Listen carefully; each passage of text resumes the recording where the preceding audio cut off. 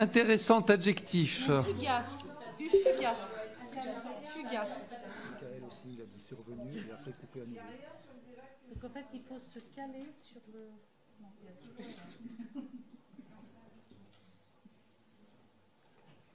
il faut suivre et puis quand on a l'appareil, il faut parler avec le poster.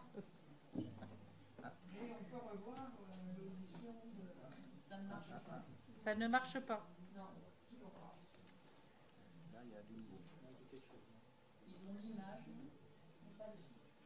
Ils n'ont pas le son.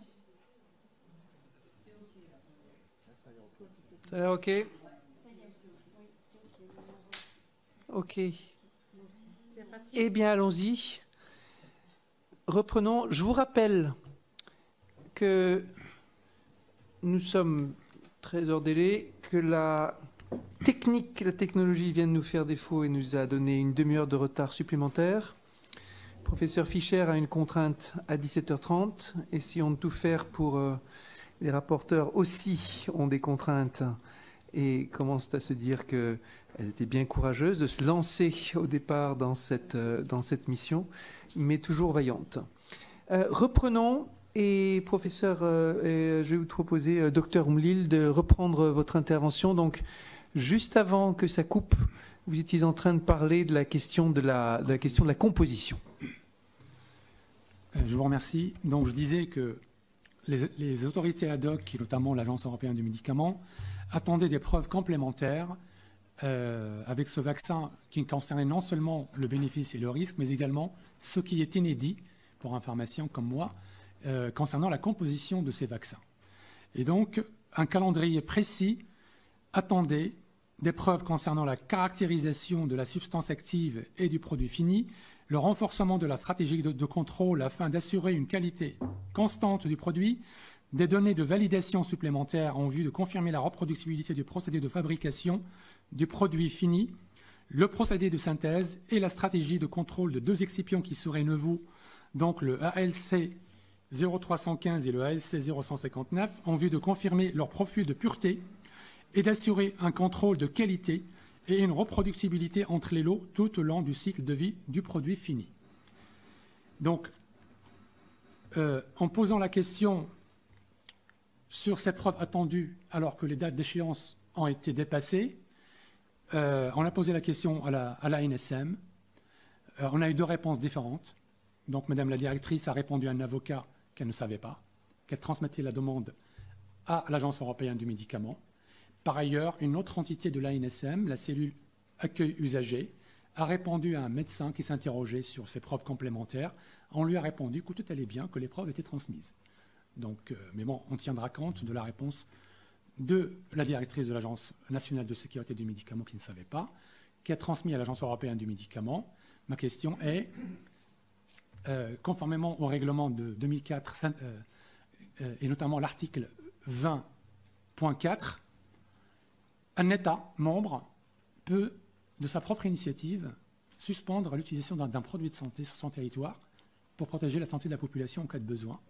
Et donc, comment l'ANSM ne peut pas être informée du suivi de ces preuves complémentaires qui étaient attendues?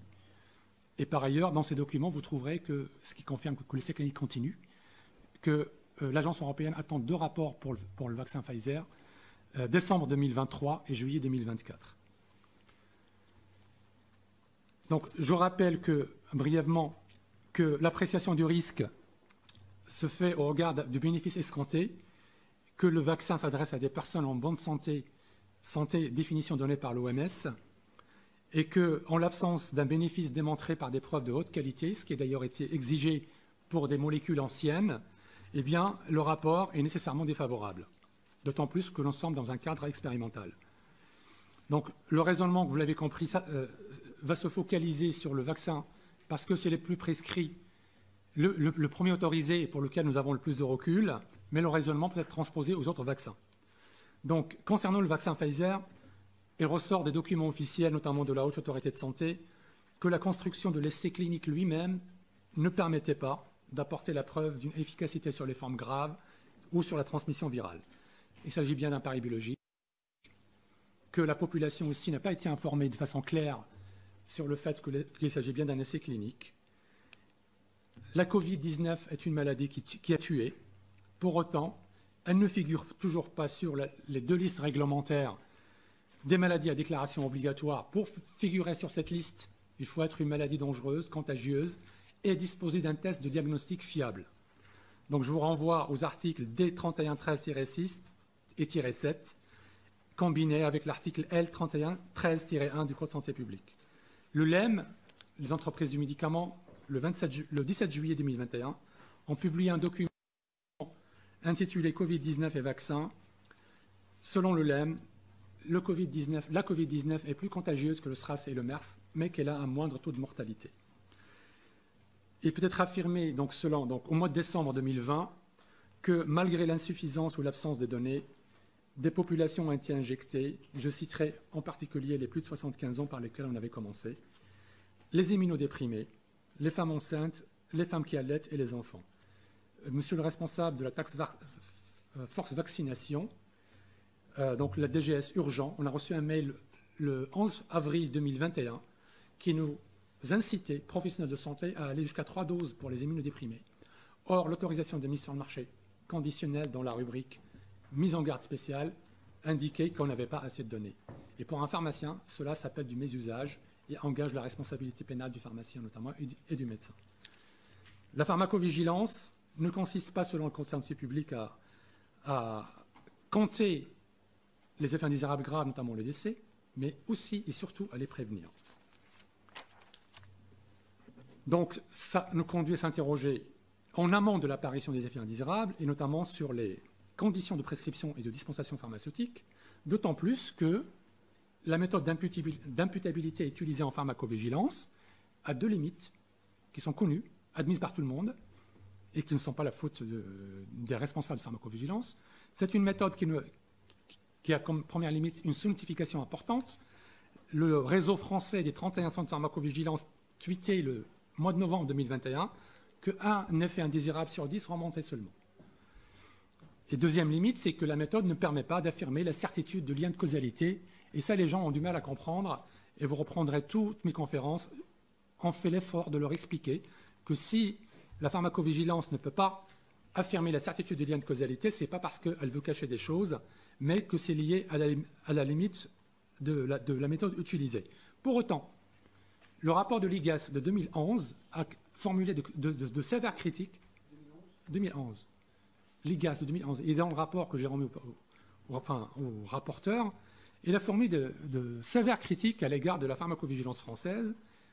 Et il affirme qu'elle ne veut pas évoluer, qu'elle n'a pas fait évoluer ses méthodes et que ces outils sont en décalage avec les objectifs affichés de la pharmacovigilance.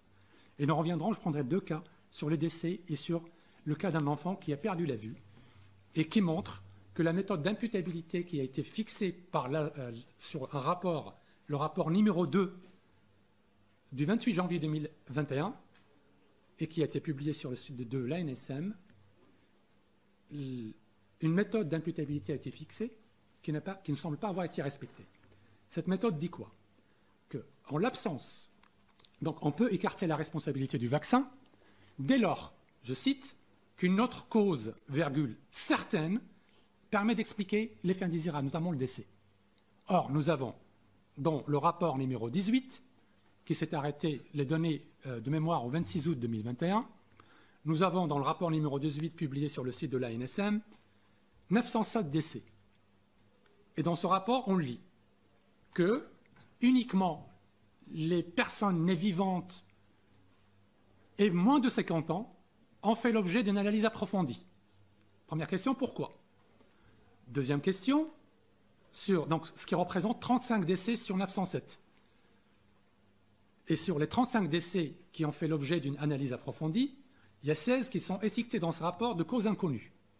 Cause inconnue veut dire qu'on n'a pas, ce qui a été défini par la méthode initialement, on n'a pas de cause autre certaine qui permette d'expliquer le décès. Donc, la conclusion aura dû être la suivante. Sans affirmer la certitude du lien de causalité, ils auraient dû publier qu'on ne peut pas écarter le rôle du vaccin. Deuxième exemple, un enfant qui a perdu la vue et dont j'ai été obligé, à la demande de ses conseils juridiques, J'ai fait 2 expertises juridiques à la demande d'un avocat pénaliste et de notre avocate. Pour l'enfant qui a perdu la vue, j'ai rendu la conclusion sur la méthode définie par l'ANSM, c'est-à-dire on a toute la batterie de tests qui a été faite pour cet enfant, négatif. Négatif. J'ai rendu la conclusion, présomption simple de causalité, qui n'est pas irréfragable, parce qu'aucune autre cause certaine ne permet de l'affirmer. Enfin, ne permet d'expliquer pourquoi cet enfant, au bout de 4 jours, après la première injection, est devenu aveugle.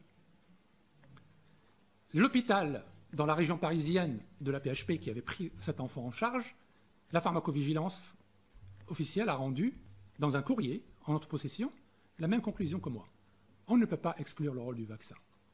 Je n'ai pas vu cette phrase dans un rapport de l'ANSM à la date du 26 août 2021, parce qu'à partir de ce moment-là, quand j'ai vu comment on écartait comme ça facilement des cas précis, j'ai arrêté de lire les documents publiés sur le site de l'ANSM, alors que j'ai fait que de les diffuser depuis le début, parce que je trouvais que l'ANSM avait fait un travail important. Tous les 15 jours, on avait un rapport, que c'est transparent effectivement, mais qu'à partir de cette date-là, où je voyais, quel que soit l'écart, dès le premier décès, le premier décès, c'était en janvier 2021. Et on avait cette phrase, chez une personne en EHPAD, on avait cette phrase, aucun effet indésirable immédiat n'est intervenu. Phrase suivante, le décès est intervenu 2 heures après. Alors si 2 heures après, ce n'est pas un effet immédiat, je ne sais pas ce que c'est. Donc en tout cas, je ne comprends pas. Donc, on a assisté aussi à une véritable... des recommandations faites par des autorités officielles.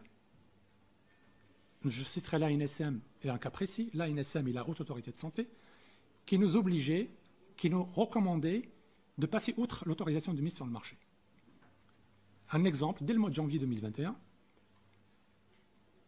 l'autorisation de mise sur le marché du laboratoire Pfizer nous demandait de respecter un délai de 21 jours entre la première et la deuxième injection, et l'ANSM recommande qu'on peut espacer le délai jusqu'à 42 jours. Et il a été suivi quelques jours plus tard par la Haute Autorité de Santé.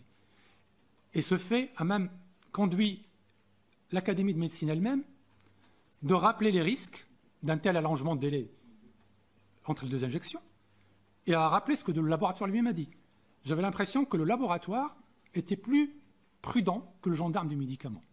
Le laboratoire a dit qu'il ne pouvait pas garantir les résultats affichés avec un tel espacement de délai. Les risques rappelés par l'Académie de médecine, c'est l'apparition d'anticorps facilitants. Le professeur Fischer a parlé des anticorps neutralisants, mais il a oublié de parler des anticorps facilitants. Et le risque de voir apparaître des variants, des résistants. Voilà, une sorte de résistance à la vaccination. L'information est un droit. On n'a pas entendu un mot sur le consentement lors de la première table ronde. Pas un seul mot sur le consentement. Il fallait que le professeur Allah le rappelle. C'était le premier qui a parlé. Le consentement est une liberté fondamentale. Le Code de santé publique dit il y a un lien. Le consentement est le lien qui assure, est un lien. Donc, le Code de santé publique commence par une première partie qui s'appelle Protection générale de la santé. Monsieur le Président, donc, le Code de santé publique commence par une première partie qui s'appelle Protection générale de la santé et par un chapitre préliminaire droits des personnes. Parmi ces droits, le respect de la dignité de la personne humaine. Ce principe de dignité de la personne humaine repose sur le respect de l'autonomie de la volonté, qui, avec le respect du secret médical, constitue les 2 pièces maîtresses de la relation de confiance qui unit la personne à son médecin lors du colloque singulier que vous connaissez. Donc lorsqu'on ne diffuse pas une information, je cite Code de santé publique, et les bonnes pratiques de pharmacovigilance qui sont intégrées au Code de santé publique, claires, loyales et appropriées, on prend le risque de vicier le consentement qui doit être normalement libre et éclairé et surprotégé, puisqu'on est encore dans le cadre d'un essai clinique. Eh bien, quand on ne fait pas ça, on prend le risque de porter atteinte à la dignité de la personne humaine. C'est juste pour vous montrer à quel niveau on se situe, au niveau de l'information, comme a dit Madame la sénatrice, c'est le nœud du problème. Ce n'est pas le vaccin le problème. Le problème, ce n'est pas le vaccin. Le problème, c'est l'obligation de faire intégrer des gens dans un essai clinique de force par une obligation par la loi, une loi, entre guillemets, qui n'a toujours pas été validée par le Conseil constitutionnel, l'article 12, pour les professionnels de santé, pour les pompiers et tous les personnels qui sont soumis à cette obligation. Les parlementaires qui ont... Pardon, rappelez-nous juste, je devrais Oui. savoir, mais l'article 12, c'est celui L'article qui... 12, c'est celui qui consacre l'obligation vaccinale pour les professionnels de santé, pour les pompiers et toutes les autres professions. Et l'article 14, celui qui consacre les sanctions. C'est-à-dire le fait de désactiver socialement ces professionnels de façon extrajudiciaire, en mépris de tous les droits de la défense, sans entretien préalable, et qui nous a propulsé, je ne sais pas, un siècle en arrière en termes de droit du travail notamment. Le Conseil constitutionnel, lorsqu'il a été saisi par les parlementaires lors du contrôle de constitutionnalité a priori, pour les professionnels de santé, la question de la constitutionnalité des articles 12 n'a pas été soulevée. Le Conseil constitutionnel avait la possibilité de relever cela d'office. Il ne l'a pas fait. Et toutes les questions prioritaires de constitutionnalité qui ont été soulevées dans le cadre des litiges ont été rejetées, bloquées par le Conseil d'État notamment. Et voilà, Alors, juste pour vous dire, voilà. Oui, docteur Omlil, ici on est plus sur une analyse Voilà. politique, alors respectable, mais plus sur les questions voilà. politiques Donc, et je reviens éthiques sur le que sujet. sur les Je reviens questions sur le sujet. techniques. Je reviens sur le sujet. Le défaut d'information aussi, peut faire encourir à ces... Et le mésusage peut faire encourir à ces produits la qualification juridique de produit défectueux, ce qui serait dommage. Donc, je rappelle que le principe, c'est l'inviolabilité du corps humain et que l'exception, c'est l'intervention médicale. Et je viens maintenant vous lire à quoi on a eu le droit en termes de communication. Je cite ce qui a été publié le 9 juillet 2021 sur le compte Twitter du ministre des Solidarités et de la Santé. Je ne dis pas que c'est lui, je dis sur son compte Twitter. Vaccination Covid-19. Si vous avez des courbatures après le vaccin, pas d'inquiétude, c'est que vous avez trop pédalé. Et on voit une photo de jeunes en train de pédaler avec un pédalo à la surface de l'eau. Je ne sais pas si c'est la mer ou une rivière. Une affiche diffusée sur le site de l'Agence régionale de santé. Oui, le vaccin peut avoir des effets désirables. Voilà. Et je peux vous lister comme ça plein de slogans, d'affiches, de bidouillages publicitaires qui montrent que tout a été fait pour minimiser les effets indésirables et pour embellir le bénéfice, et notamment auprès des jeunes. Alors, pour les centres de pharmacovigilance, je connais... Enfin, je n'ai pas fini, Monsieur le Président. Je n'ai même pas eu le temps de... Allez-y, mais on a Je sais repris bien. à 35, je pense, Je sais bien, Monsieur le 15 Président. minutes 5. Vous êtes déjà à 20 minutes de temps de parole total, me semble-t-il. Mais il y en a, enfin, je ne sais pas, mais il y en a qui ont parlé... Mais c'est important ce que j'ai à dire. Je vais aller vite. Allez à l'essentiel, s'il vous plaît. Oui. On a eu des journaux, des fact-checkers, qui nous ont dit qu'on ne pouvait déclarer que les effets indésirables graves inattendus. La loi, le Code de santé publique dit qu'on peut te déclarer.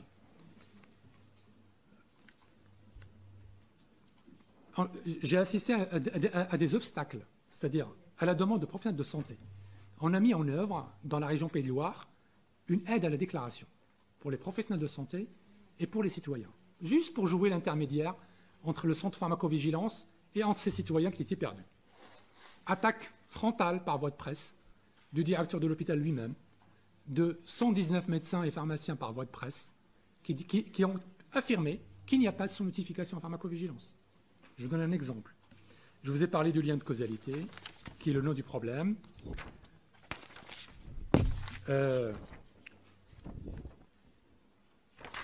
Concernant l'ANSM, on a parlé des liens de causalité. Ils font des analyses observées attendues. Mais en même temps, ils nous disent qu'il y a une sous-notification. Donc, comment on peut parler d'observer sur le numérateur observé lorsque on utilise la méthode observée attendue, le numérateur est forcément sous-estimé. Donc c'est une question. J'ai un cas Cholte, un seul cas, qui a conduit à la modification de l'AMM en introduisant un effet indésirable, pneumopathie interstitielle sous flicaïnine, donc un médicament de cardiologie, avec une consultation de la base de données de pharmacovigilance qui montrait 24 cas de 1983 à 2007. 24 cas, dont un seul décès suspect, avait conduit au rajout de la mention dans la rubrique effet indésirable.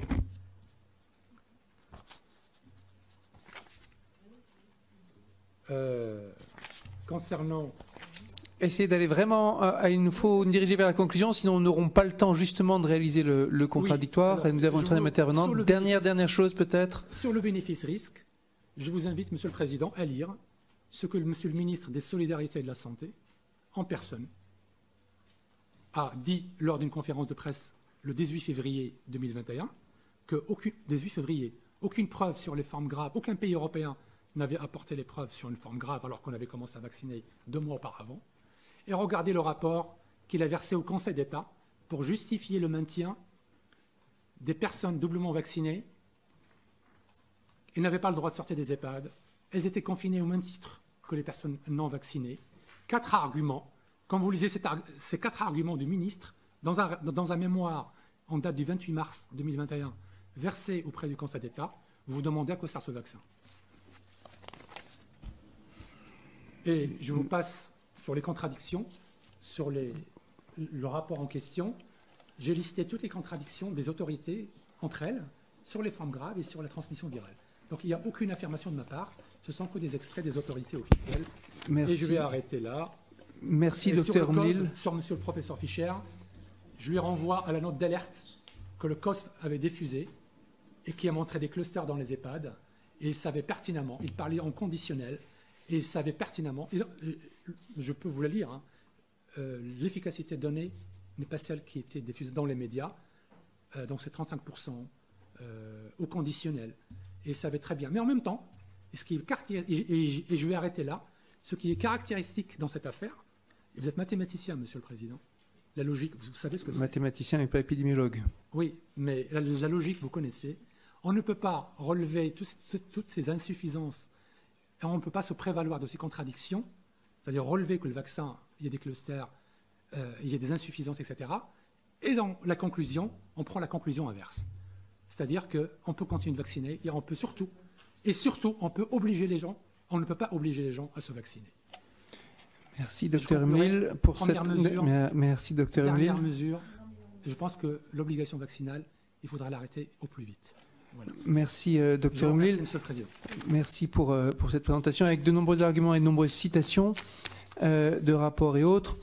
Et évidemment, à cette audition, il y a des compléments qui peuvent être des questions écrites, des dossiers écrits autres, et tout a été effectivement transmis aux rapporteurs qui s'occuperont aussi de l'instruction. Alors continuons.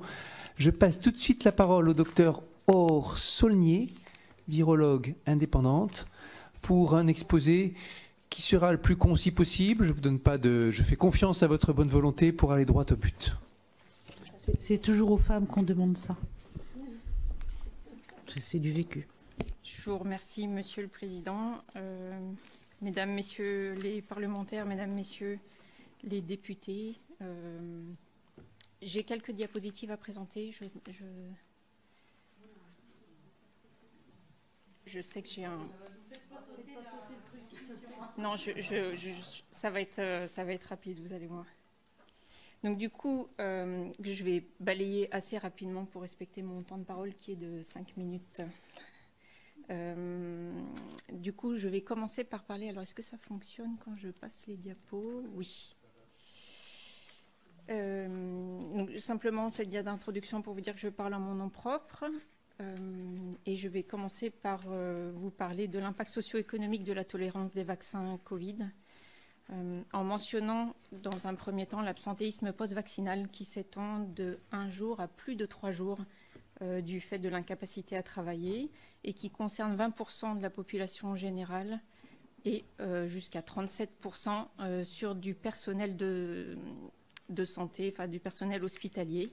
Et on observe que la réactogénicité est plus élevée sur les sujets les moins à risque de Covid grave. Donc, concernant le recueil des événements indésirables en France, il est basé sur du déclaratif. Donc, c'est un dispositif passif. C'est la même chose en Europe et aux USA. Aux USA, cependant, on a un recueil qui est également actif sur un suivi de quasiment 8 millions d'individus. En France, 25% des événements indésirables sont graves, qu'on peut mettre en regard de 6% pour un vaccin grippal Et lorsqu'on compile les données qui sont dans les rapports spécifiques publiés par la NSM au 28 avril 2022, et j'ai porté tout le détail dans les diapositives en annexe si vous le souhaitez, on observe un effet indésirable grave toutes les 1434 vaccinations Covid, un décès tous les 28 300 vaccinations Covid qu'on pourrait mettre en parallèle avec la grippe, c'est-à-dire 1 sur 660 000, et une hospitalisation toutes les 4 430 vaccinations Covid, et pour la grippe, c'est 1 sur 120 000.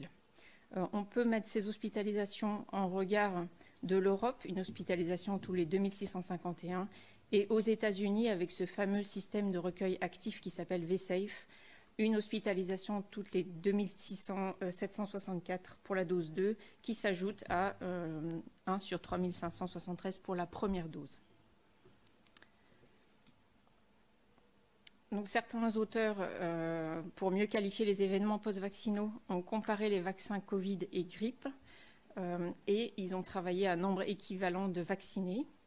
Vous sont portés ici les chiffres du vaccin Pfizer avec les événements les plus marquants. C'est l'histoire du risque relatif, c'est ça, hein. Donc on aboutit à un risque relatif, c'est-à-dire que tout à fait, c'est ce qui est pour revenir à un risque par individu, puisque le nombre de population n'est pas le même. C'est ça? Donc du coup, sont portées les 5 catégories principales. Pareil, vous avez le détail en annexe. Et pour montrer ici que le risque relatif qui vous sont notés à côté des différentes typologies, pour Eudravigilance et VAERS, sont importants entre le vaccin ARNM et les vaccins antigrippaux, et qu'on va de risque relatif de x28 à x926 en fonction des catégories. Si on s'intéresse au myopéricardite dont on a déjà pas mal parlé aujourd'hui, on voit que cet événement indésirable grave a été signalé par la FDA dès la mi-août 2021, avec une incidence de myopéricardite 20 à 40 fois supérieure à celle attendue en population générale, principalement pour les jeunes hommes.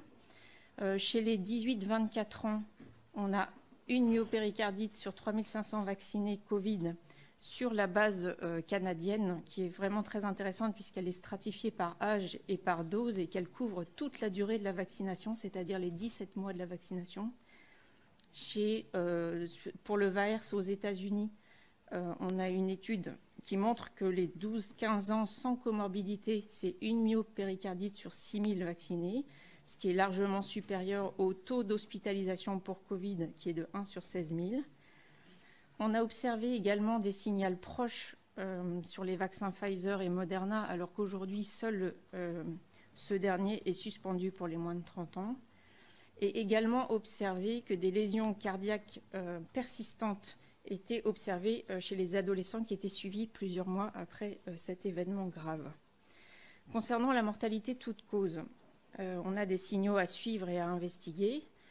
On a eu une étude observationnelle qui montre une association entre les appels pour les arrêts cardiaques des syndromes coronariens aigus chez les 16-39 ans et le déploiement de la vaccination Covid en Israël, et non pas l'infection. Donc ça, c'est une étude qui est observationnelle et critiquable et qui mériterait d'être investiguée plus avant. Excusez-moi. En revanche... C'est ce que vous avez dit. Je vous coupe pour qu'on ait vraiment des... Et non pas l'infection, c'est-à-dire que c'est en ayant par ailleurs... avec l'infection, alors qu'ils montrent une association avec le déploiement de la vaccination. D'accord, très bien, merci. Voilà. En revanche, c'est ce que je vous disais, il y a une autre étude intéressante qui est une étude danoise qui, elle, s'appuie sur les essais à haut niveau de preuve, donc les essais RCT randomisés contrôlés, et qui montre que les vaccins ARNM n'ont pas été associés à une réduction de risque global de la mortalité toute cause, et ce, du fait, selon les auteurs, des décès de causes cardiovasculaires. Et donc là, je conclus. À court terme, du coup, on voit que les vaccins Covid ont des effets immédiats impactants avec un absentéisme qui est important. On a vu également la pertinence du recueil actif des effets indésirables, mais également, il serait intéressant de vous montrer l'intérêt de ce recueil actif sur le suivi des effets indésirables, et c'est à la diapositive 11. À moyen terme, on voit que les vaccins Covid représentent une proportion inédite d'effets indésirables graves. Et là, on peut... du fait notamment c'est attesté par le nombre d'hospitalisations observées en France, qui est de plus de 12 000 personnes, ce qui représente une multiplication x 25 par rapport à la grippe, par exemple. On observe un rapport de risque élevé par rapport aux vaccins grippaux. Il y a des signaux à suivre. On a donné l'exemple de la cardiotoxicité de l'ARNM vaccinal et de sa formulation. On aurait pu évoquer la neurotoxicité ou d'autres choses. Concernant le long terme, donc les effets à long terme ne sont actuellement pas documentés dans les essais cliniques à disposition, mais on s'interroge notamment sur l'impact de la stimulation répétée du système immunitaire par les différents rappels vaccinaux. Et il y aurait beaucoup de choses à dire. Donc, je vous remercie de votre attention. Je vous montre juste les annexes. La bibliographie, excusez-moi, qui est documentée ici. La synthèse de toutes les données de la NSM ici. Ça, c'est la comparaison VAERS-CEDRA vigilance. Vous avez toutes les datas qui sont compilées. Et enfin, l'intérêt aussi du système VSafe pour le suivi et pour, j'allais dire, le niveau d'information que ça peut donner, notamment les téléconsultations, les passages aux hôpitaux, c'est quand même 1 sur 340, les passages aux urgences, et bon, ça n'est qu'une coupure de ce qui est dans l'article, c'est extrêmement documenté, et ça montre voilà, le niveau d'information qui peut être apporté. Je vous remercie de votre attention. Je voudrais juste rajouter, puisque je n'ai pas pensé à mentionner mes liens d'intérêt, donc je n'ai pas de lien d'intérêt avec ce travail. Et je remercie aussi les contributeurs qui m'ont aidé à faire cette analyse.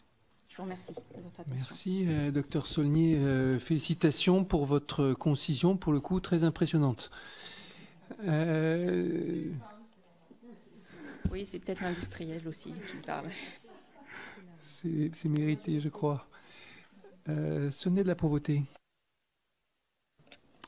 Oui, merci beaucoup. Donc, on va laisser l'échange contradictoire se faire. Moi, je voulais quand même pointer un des sujets qui est quand même la question du rapport bénéfice-risque individuel à rapporter au rapport bénéfice-risque collectif.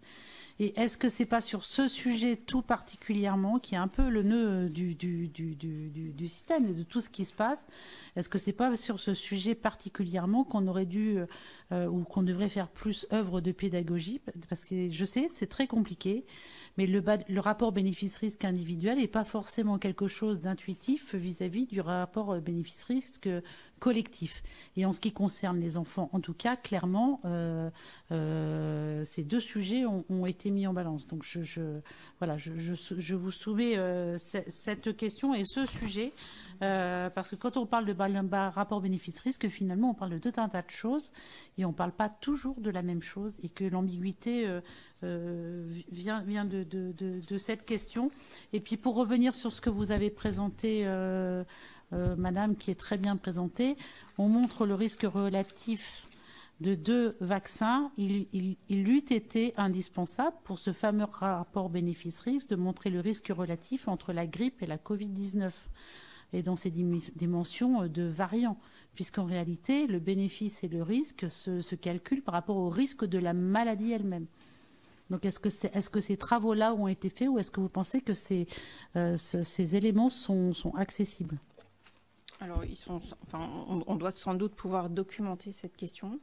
Ce qui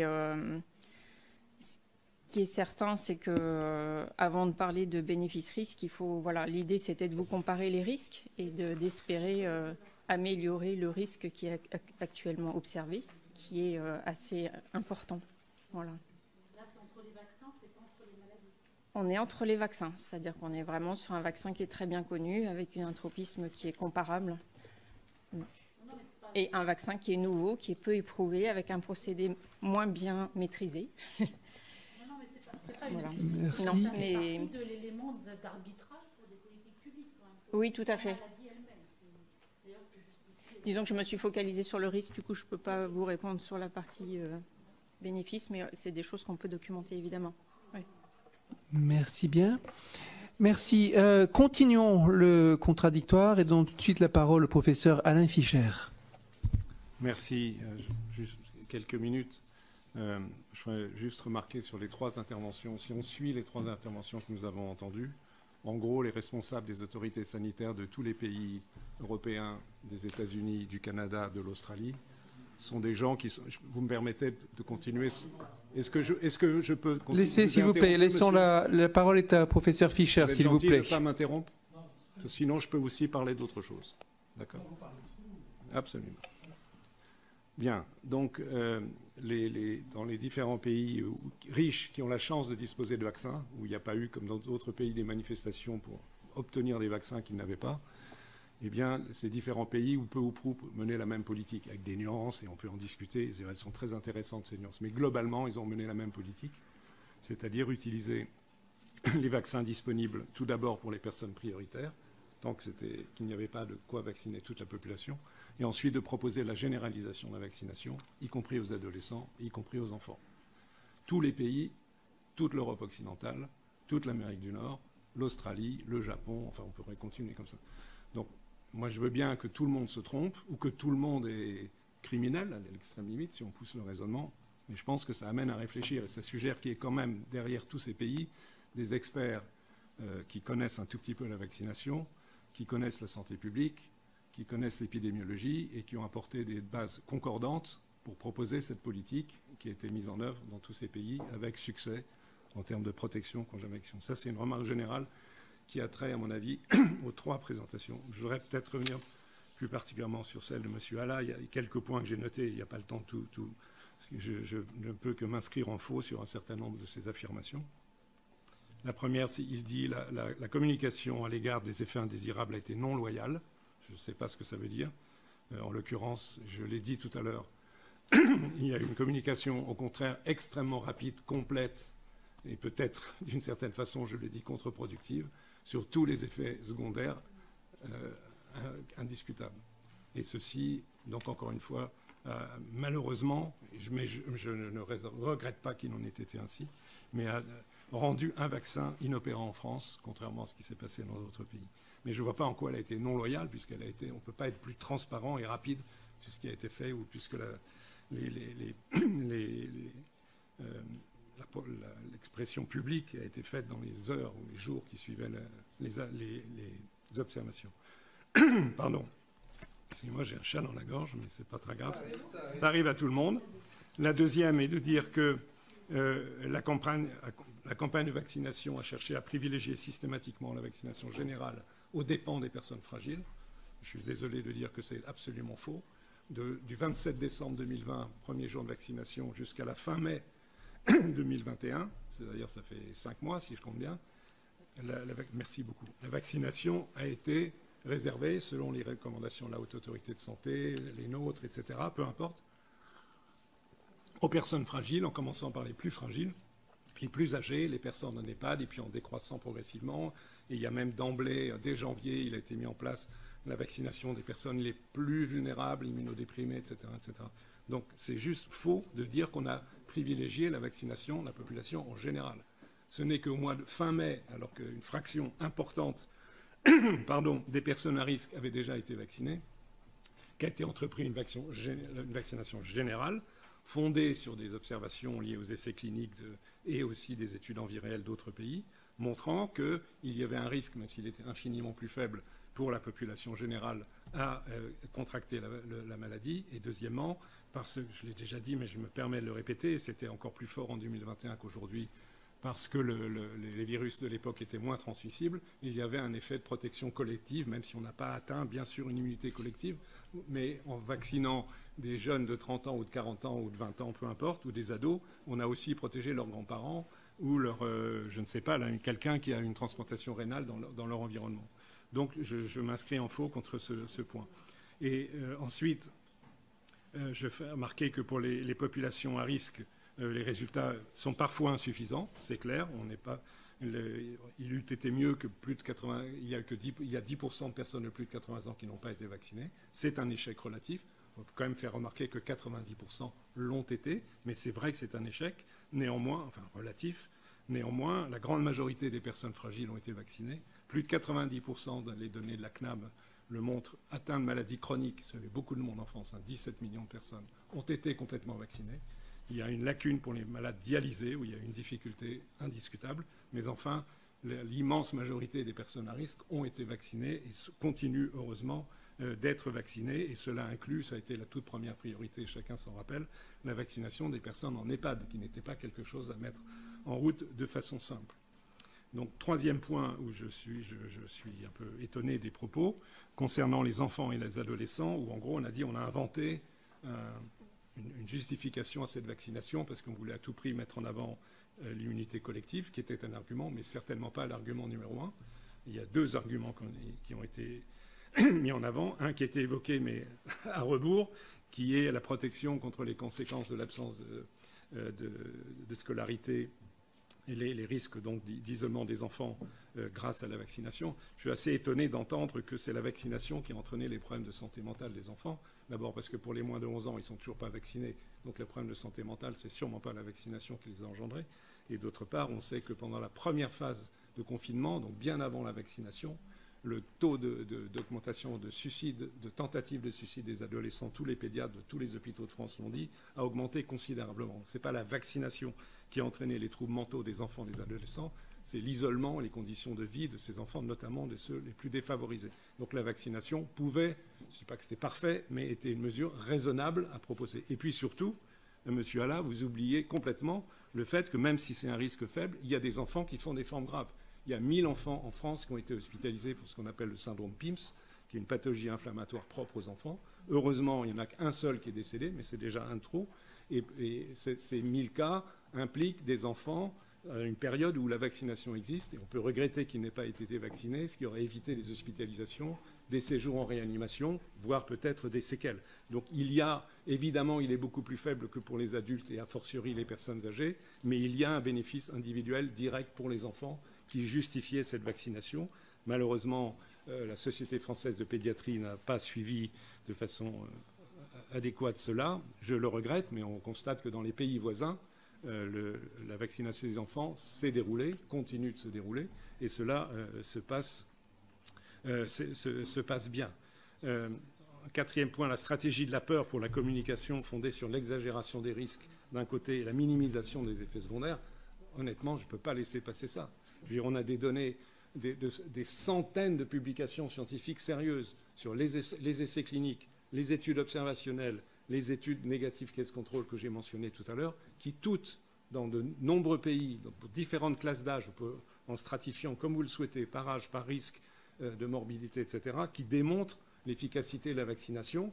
Évidemment, elle est plus forte chez des personnes particulièrement à risque, mais elle existe dans toutes les classes d'âge, je n'y reviens pas. Et il n'y a pas eu non plus, à l'inverse, de minimisation des effets secondaires. Donc je suis un peu étonné qu'un collègue universitaire, je suis également universitaire, je fais également de la recherche, je connais un peu l'immunologie, et par exemple je suis pédiatre pour ce qui est de la situation des enfants, évoque ce genre de choses. Il a été évoqué le fait que 4 à 20% des patients qui ont développé des myocardites post-vaccination ont été en réanimation. Je n'ai jamais vu ces chiffres, je pense que c'est très inférieur. Effectivement, elles sont dans l'immense majorité des cas bénins. Donc voilà, je vais m'arrêter là. Je ne suis pas sûr que j'ai envie de continuer parce que c'est le même, ça continue après de la même façon avec juste là où j'ai été mis en cause personnellement quand même, parce que je suppose que dans ce cas-là, je réagis. Monsieur Oumlil, vous m'avez mis en cause à 2 reprises, donc je réponds. Oui, je réponds si vous permettez. Vous indiquant qu'on a vacciné des populations sans leur demander leur avis. Je crois que c'était à propos des immunodéprimés. Je peux parler ? Merci. C'est juste totalement faux. Aucune personne n'a été vaccinée de force. Bon, déjà, ça serait assez difficile. On leur a demandé. Je vous suggère d'entrer en contact avec les associations de malades atteints d'insuffisance rénale, transplantation rénale, de maladies auto-immunes et de cancer, de lymphome.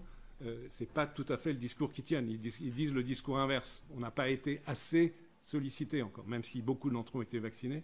Mais ils disent parfois on a eu du mal à obtenir une réponse des médecins en faveur de la vaccination. Donc c'est juste exactement le contraire de ce que vous avez prétendu.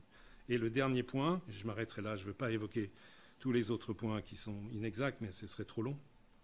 Vous faites allusion à une note où on parle des cas de cluster en EHPAD. Ce n'est pas parce qu'il y a des cas de cluster que la vaccination est inefficace. Donc, personne n'a jamais prétendu que la vaccination est efficace à 100%. Mais à nouveau, la littérature est riche de dizaines de papiers qui montrent que la vaccination, et c'était une bonne nouvelle, d'ailleurs on craignait qu'il n'en soit pas ainsi avant le début de la campagne vaccinale, mais que la vaccination est efficace et protège les personnes très âgées contre les formes graves de la maladie. Et enfin, tout dernier point, je ne veux pas être trop long, mais Madame Saunier, je pense que dans E, il y a événement. Et un événement, ce n'est pas un effet. Et je pense qu'il faut faire extrêmement attention. C'est toute la discussion, et je pense que peut-être vous y reviendrez tout à l'heure, Chantal. Christelle, pardon, excusez-moi, n'importe quoi. Christelle, c'est pas grave. Si je peux intervenir. Entre événement et effet, il y a une grande différence. Et que si on suit vos chiffres, on arrive à des chiffres absolument astronomiques d'hospitalisation et de décès liés à la vaccination qui ne tiennent pas la route, ni en France, ni dans le monde. Je suis désolé. Je m'arrête là. Merci beaucoup, professeur. On a bien compris que vous alliez partir dans quelques minutes. La sénatrice Florence Lassarade. Oui, merci. Moi, je vous remercie quand même à tous pour la qualité de vos contributions, et je pense que dans une période où l'épidémie a ralenti, où on est peut-être à la veille d'un autre épisode, mais notre rôle était aussi d'essayer d'apporter un peu de recul. Et je pense que ce qui est important dans tout ce que vous avez dit les uns et les autres, c'est la temporalité, c'est-à-dire qu'on ne peut pas juger avec l'œil d'aujourd'hui, où on est sorti d'une période vraiment critique, des faits qui se sont passés il y a 2 ans ou il y a 18 mois. Il y a quand même aussi une notion de temporalité qui doit intervenir.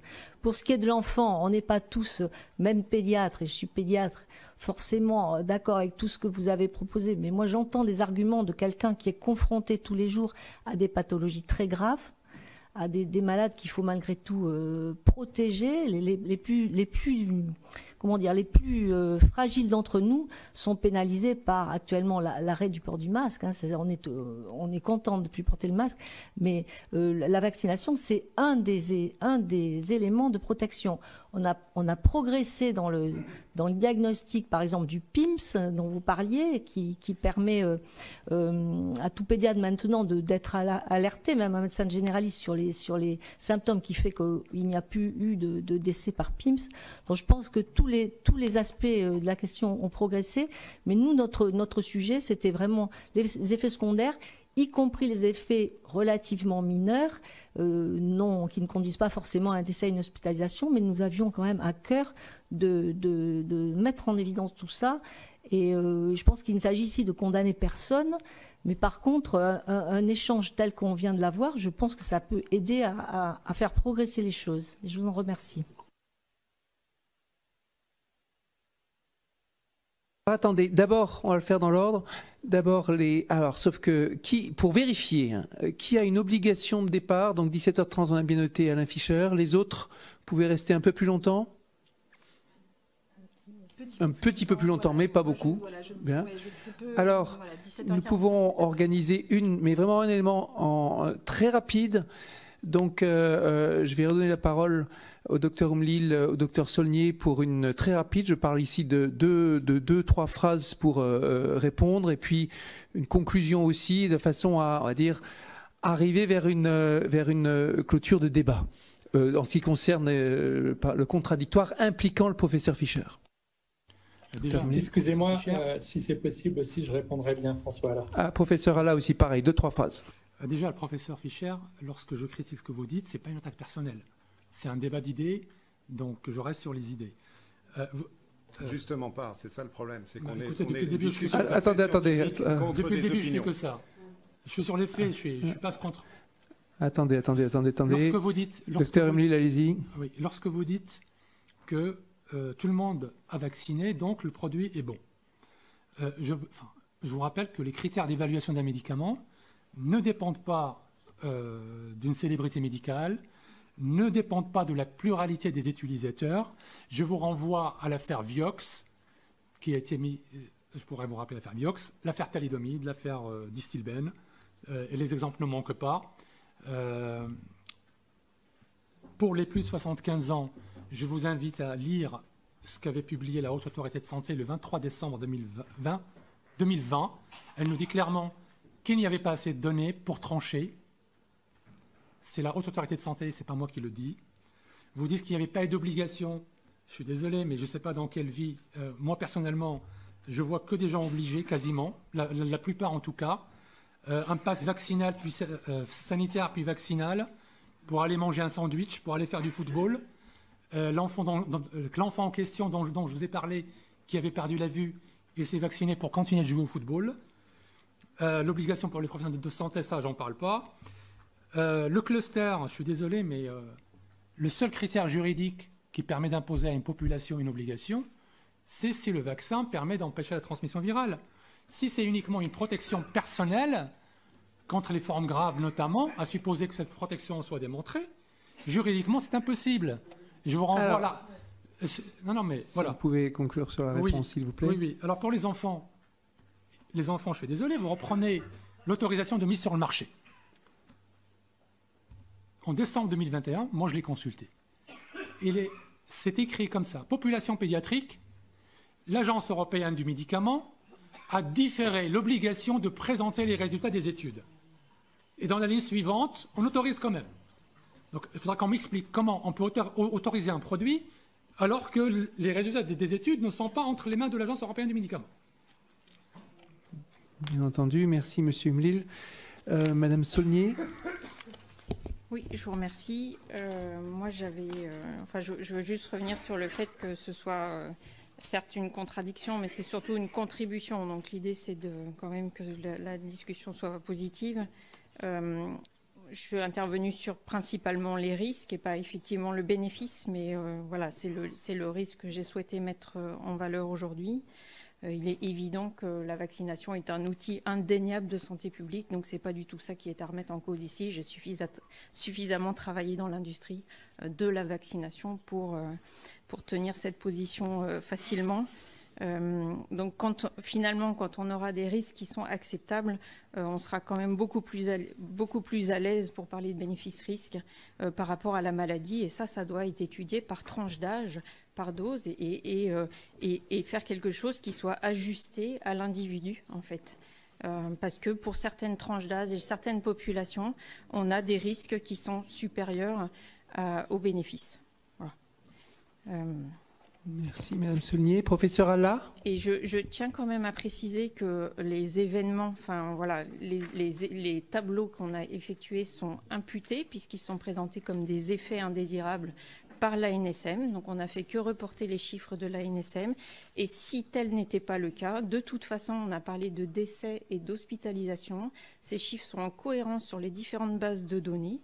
Et je pense que quand on en est à l'hospitalisation et à des déclarations d'événements dans le cadre d'un hôpital, c'est que la gravité est bien présente. Donc voilà, je voulais juste revenir sur la caractérisation de l'événement.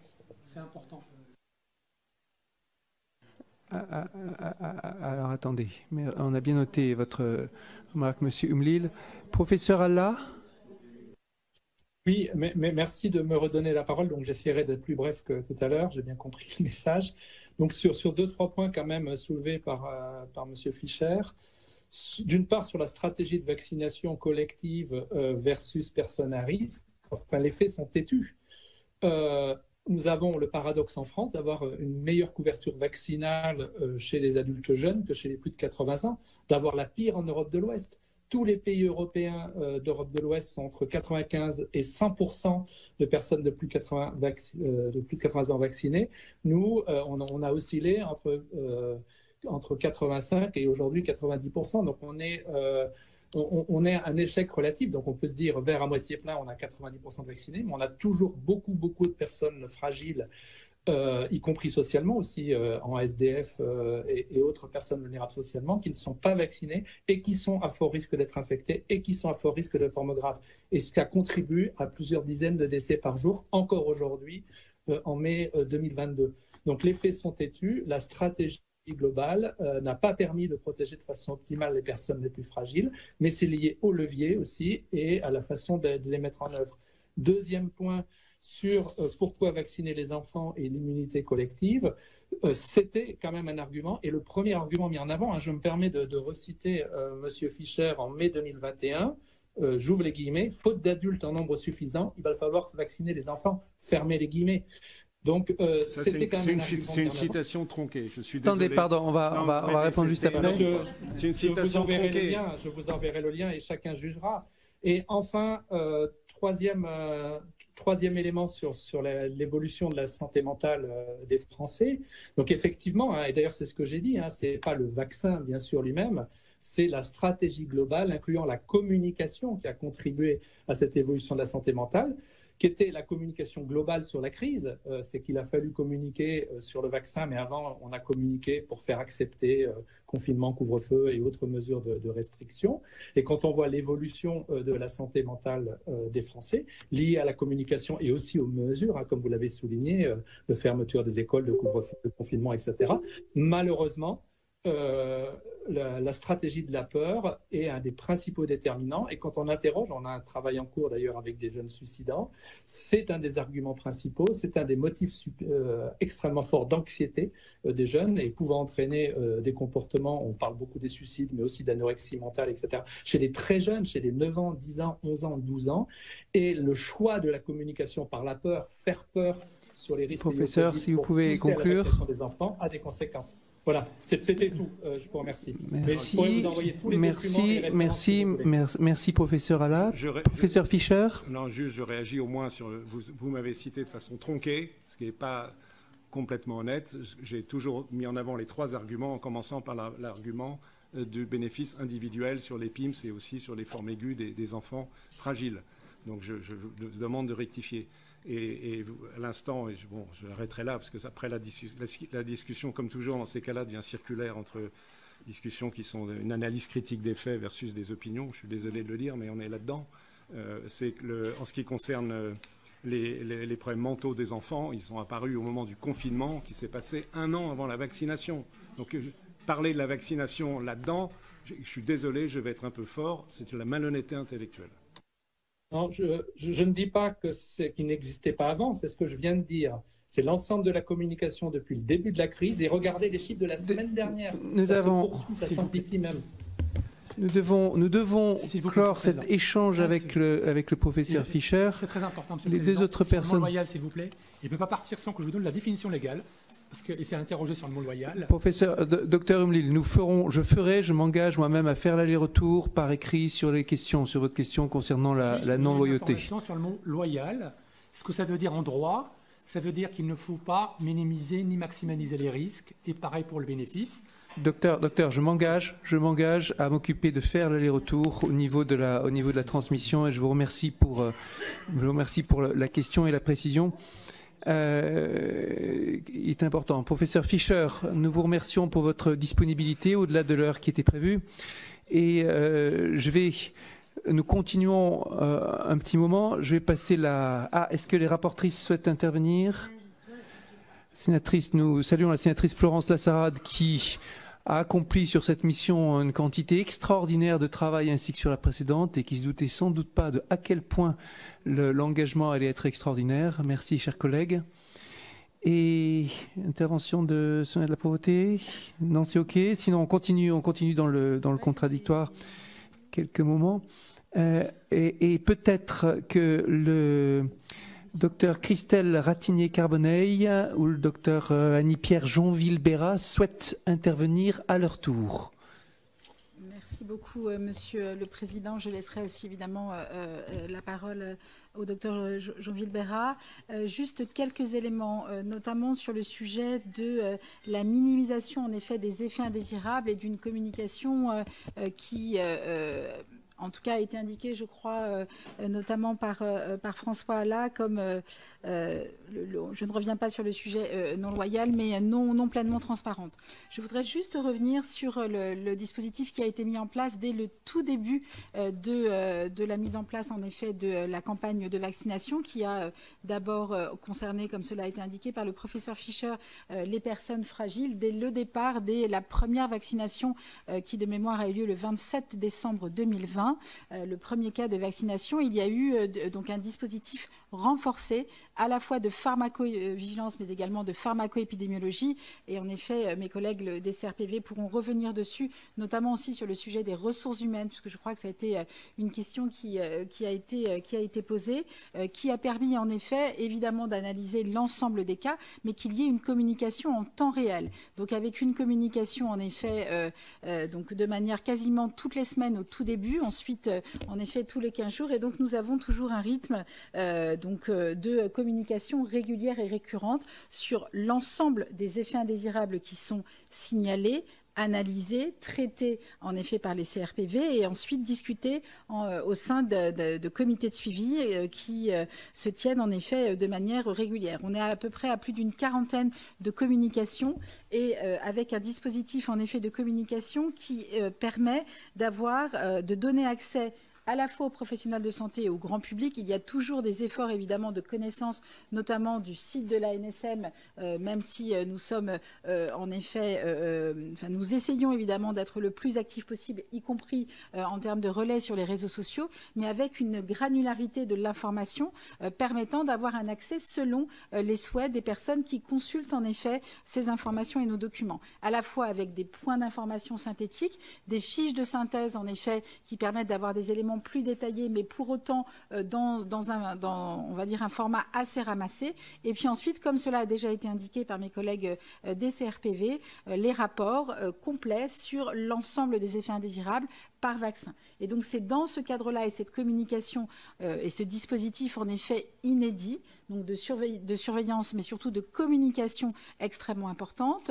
Également aussi, nous avons mobilisé, et c'est important, avec les professionnels de santé, avec les usagers, les associations de patients, des webinaires de manière extrêmement large, retransmis aussi sur notre chaîne YouTube, qui permet de faire connaître évidemment ces éléments d'information et de pouvoir aller également aussi plus en détail. Et on voit bien, et je le vois en effet dans les échanges que l'on a, et avec notamment la deuxième table ronde, on a un sujet, et je crois que Madame la rapporteure, vous l'avez indiqué, la communication est le nœud évidemment du sujet. C'est évidemment très important. Il y a eu des efforts considérables qui ont été mobilisés, mais nous sommes encore sur le chemin. Je partage complètement une notion de pédagogie, de communication, d'information sur ce que l'on connaît, sur ce qu'il y a évidemment encore à apprendre et cette transparence. Juste pour revenir sur quelques éléments et après je passe la parole à Madame, au docteur Jean-Philippe Bérat, sur le sujet notamment, je crois que c'est le docteur Oumlil qui le mentionnait sur les... Je suis désolée, je vous tourne le dos, mais voilà, c'est pas complètement simple. Sur le sujet en effet des différentes possibles compositions, notamment du vaccin Pfizer, je tiens à préciser que la composition depuis l'AMM est identique. Ce qu'il y a aujourd'hui, nous avons plusieurs conditionnement du vaccin Pfizer. Au tout départ, il y a eu des vaccins à diluer. Donc ensuite, nous avons une préparation prête à l'emploi et nous avons en effet une forme également pour l'enfant. Et donc ce qui existe en effet et ce qui est mis en ligne, et vous avez indiqué la date depuis le 26 avril 2022 qui correspond à la mise en ligne des éléments sur le site de l'Agence européenne du médicament, puisque je rappelle que ce sont des AMM qui sont des AMM centralisés avec une mobilisation importante des agences sanitaires, mais c'est une AMM centralisée de la Commission européenne. Donc nous attendons, y compris réglementairement, la mise à disposition de CRCP et notices au niveau de la Commission européenne pour que cela puisse être relayé au niveau national. Et donc on a bien 3 présentations, une présentation pour dilution, une présentation prête à l'emploi et une présentation pour l'enfant avec des durées de conservation qui sont différentes. Et ce sont là en effet les différences. Eu égard pour limiter le risque en effet d'erreurs médicamenteuses qu'il pourrait y avoir pour les professionnels de santé entre ces différents flacons, il y a des bouchons violets, des bouchons gris,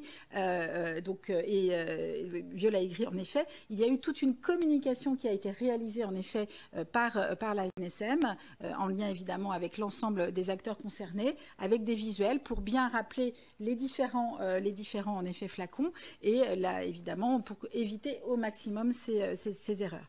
Donc ça c'est un point évidemment important. Sur le deuxième point aussi où la NSM a été mentionnée directement par le docteur Oumlil sur le sujet en effet du procédé de fabrication et des questions, j'ai répondu, pardon, c'était un avocat qui nous avait saisi. J'ai répondu en effet, alors je n'ai pas répondu que je ne savais pas, parce qu'en effet, en général, j'essaye d'avoir les informations en tant que directrice générale d'une agence de sécurité sanitaire. En effet, il est mieux d'avoir la connaissance et d'avoir les informations.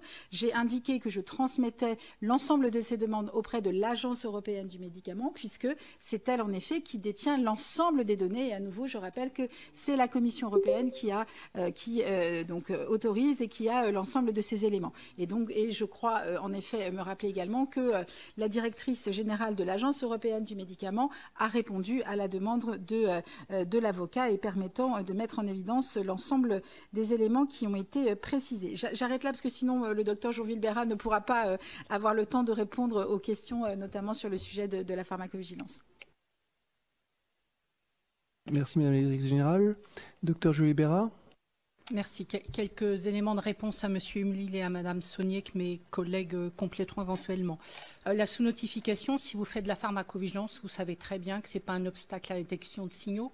On a remonté plus de 100 signaux, donc je pense que la sous-notification, il ne faut vraiment pas la mentionner, ce d'autant que dans la base mondiale de pharmacovigilance, la France est dans le top 10 des 10 plus grands contributeurs et dans la qualité des dossiers dans le top 3.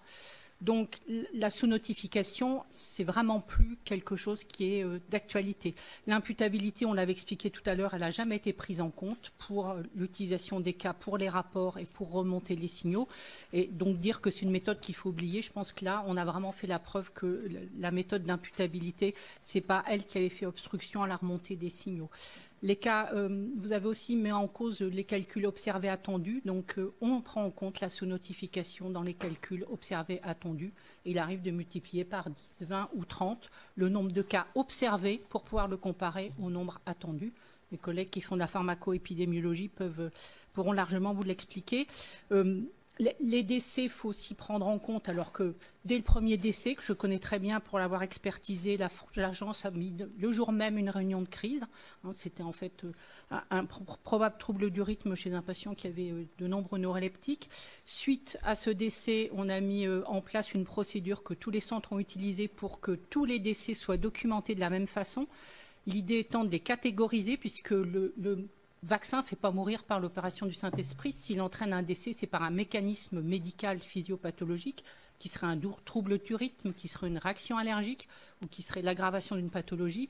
Donc dès le début, on a pris le parti de catégoriser ces décès pour, s'il y avait un signal, pouvoir le remonter le plus rapidement possible. Et tous les cas de mort subite qu'on pouvait attribuer à un trouble du rythme au décours dans les 24 heures qui suivent la vaccination ont été comparés au nombre de décès par mort subite qu'on a réussi à récupérer, puisqu'il y a un réseau qui prend en charge ces décès et qui les comptabilise, afin de s'assurer que justement le nombre de morts subites par trouble du rythme dans les heures qui suivent la vaccination n'était pas supérieur au nombre attendu dans la population générale, qui, je vous rappelle, pour certaines tranches d'âge, peut aller jusqu'à 100 pour 100 000. C'est-à-dire quand on est très âgé, on a en gros une chance pour 1000 de faire une mort subite. Donc les décès ont été regardés de très près et c'est vrai qu'il restait les décès attribuables aux complications des effets indésirables qui ont été rapportés pour la vaccination. M. Fischer vous l'a rappelé, les thrombopénies thrombosantes, on sait que malheureusement on a eu des décès à déplorer au décours de cet effet indésirable.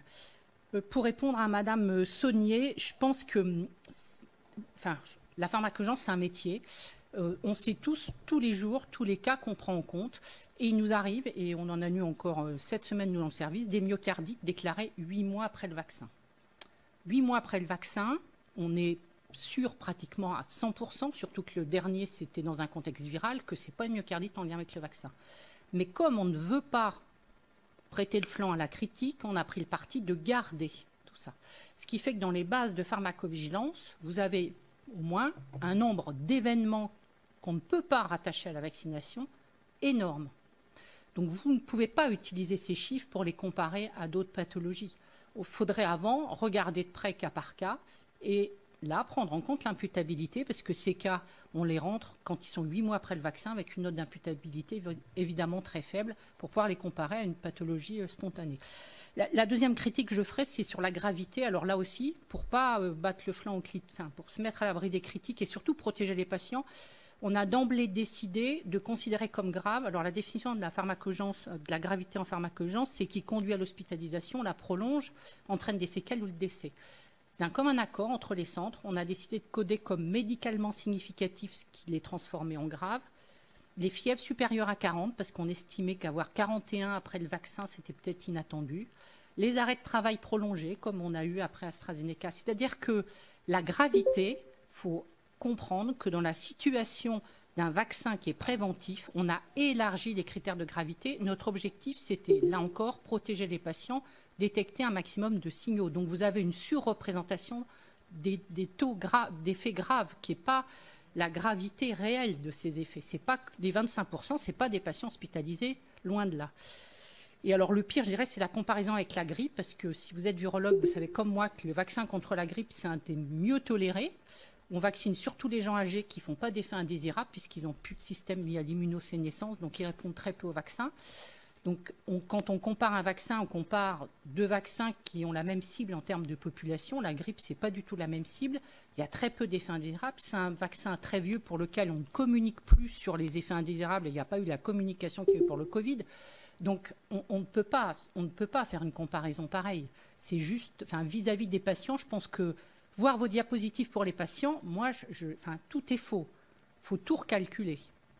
Je suis désolée, mais je laisse la parole à mes collègues parce que je pense que dans les publications que je n'ai pas regardées de près, il y a aussi quelques soucis. Oui, je vais prendre la parole de façon très concise parce que le temps est précieux. Oui, je souscris bien entendu à tout ce qu'a dit Annie-Pierre Bérajonville. Je pense que si vous mettez ces diapositives entre les mains d'un épidémiologiste, un pharmaco-épidémiologiste, et vous en avez auditionné certains lors des auditions privées, le professeur Bernard Bégaud, le professeur Antoine Pariante, le directeur du GIS Epifar, le docteur Mahmoud Zurek, je pense qu'ils resteront sur la même ligne que nous. C'est très étonnant, pour ne pas dire autrement, de faire de telles comparaisons. La population n'est pas la même. Il y a une très forte incitation à la déclaration, j'en passe et des meilleurs. Donc je pense qu'il faut dire les choses clairement, il ne faut pas être anxiogène. Je pense que ces diapositives sont très anxiogènes pour les patients et je pense que le grand public a besoin de tout, sauf d'une surexpression des risques, surtout quand ils sont faux. Quand ils sont justes, on est pour la transparence et les centres régionaux de pharmacovigilance ont tout fait, parce que là on ne vous parle que des cas, mais on a eu une très grosse activité en termes de réponse téléphonique auprès des patients qui nous ont appelés. On a eu plus de 50 000 appels des patients rien que pour les vaccins, c'est énorme. Donc je pense que c'est un peu délétère que de présenter ces chiffres qui, une fois de plus, ne reflètent pas du tout la réalité. Dans le même ordre d'esprit, vous citez une publication où les conclusions ne sont pas tout à fait ça. Vous citez une publication qui est sur 5 cas de patients de jeunes adolescents qui ont fait une myocardite en parlant d'effets à long terme. Ces jeunes, et j'ai lu l'abstract rapidement, je la connaissais déjà, ont été hospitalisés, ont fait une myocardite, sont restés au bout de 3 jours. Au bout de 3 jours, tout est redevenu normal, même les cycles de troponine qui normalement sont au plafond. Ils n'avaient plus de douleur thoracique, ils n'avaient pas d'altération de la fréquence cardiaque. Et oui, vous faites une IRM cardiaque à quelqu'un 2 mois après, il a les stigmates de sa myocardite. Donc on ne peut pas dire il y a à long terme, ça c'est la maladie. On sait qu'en effet la myocardite, ça met un certain temps à cicatriser, etc. Donc je pense qu'il ne faut pas surinterpréter des publications scientifiques. D'ailleurs ça n'a pas été publié dans une revue de cardiologie ou de pharmacologie, parce que sinon elle aurait été très rapidement balayée. Les myocardites, là aussi il faut dire les choses de façon très claire. Et là aussi c'est les centres régionaux de pharmacovigilance qui, et Madame la sénatrice l'a dit en introduction, la façon dont on a eu de décrire les premières myocardites étaient sans équivalent. On a dit que c'était des sujets jeunes, on a dit que c'était surtout AD2, que c'était dans des délais très courts et qu'il n'y avait pas d'altération de la fraction d'injection ventriculaire, c'est-à-dire qu'il n'y avait pas d'insuffisance cardiaque associée, ni de troubles d'urine cardiaque associés. Alors ça peut paraître technique quand on parle comme ça, mais c'est la première chose que nous demandent les cardiologues et c'est la première chose que nous demandent les parents quand ils nous appellent, ce qui nous fait en effet donner le qualificatif de myocardite bénigne. Alors c'est jamais bien bénin parce qu'on croit que ce n'est rien. Oui, c'est quelque chose une myocardite, mais par opposition aux myocardites graves où les patients restent hospitalisés 15 jours. Les délais d'hospitalisation ont ensuite été confirmés, population entière, grâce à l'étude Epifar qui a bien montré que les durées d'hospitalisation étaient très courtes. Et d'ailleurs, elles sont courtes, non pas pour la prise en charge de la myocardite, mais pour en faire le diagnostic. Un patient, au début, quand il arrive, il a simplement une douleur thoracique. Il faut 48 à 72 heures pour faire le diagnostic complet. C'était la durée d'hospitalisation. Donc ce n'était pas du tout des formes graves au sens médical du terme, au sens sévérité. Il n'y a pas eu les pourcentages en réanimation annoncés. Donc là, je pense que j'ai entendu aujourd'hui que le souhait de cette audition, c'était une totale transparence et la vérité. La vérité sur les myocardites, c'est celle qu'on vous annonce et celles qui ont été confirmées par de nombreuses publications, qu'elles soient françaises ou internationales. Si je puis me permettre. Juste, oui, allez-y, rapidement. Juste pour répondre à la question de Madame la rapporteure, ou rapportrice, je ne sais pas, sur l'histoire du bénéfice individuel et du bénéfice collectif, enfin du risque individuel et du risque collectif.